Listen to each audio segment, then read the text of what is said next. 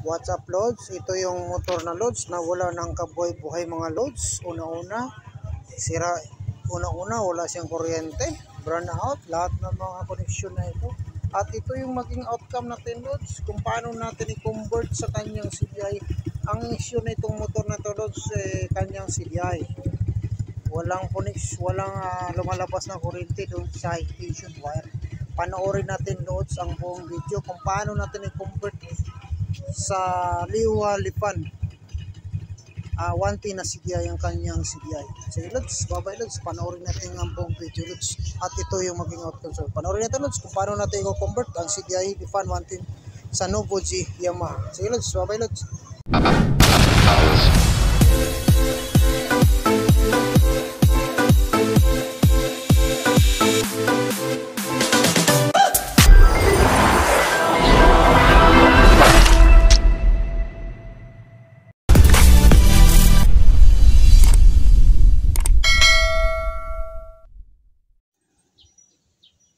Ay loads, na-convert na natin siya sa Lihuwa.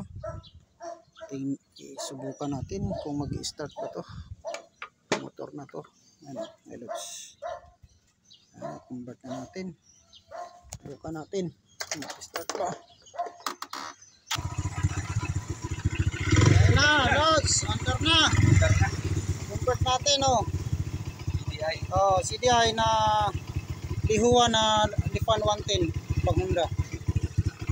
Buhay na buhay loads, under walang usok. Hindi usok na ulit usok.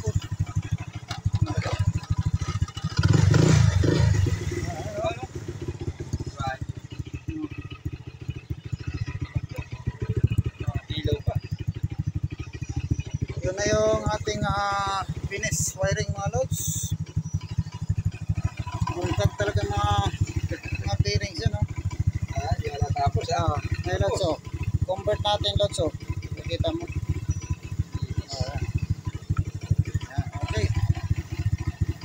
sige, okay na.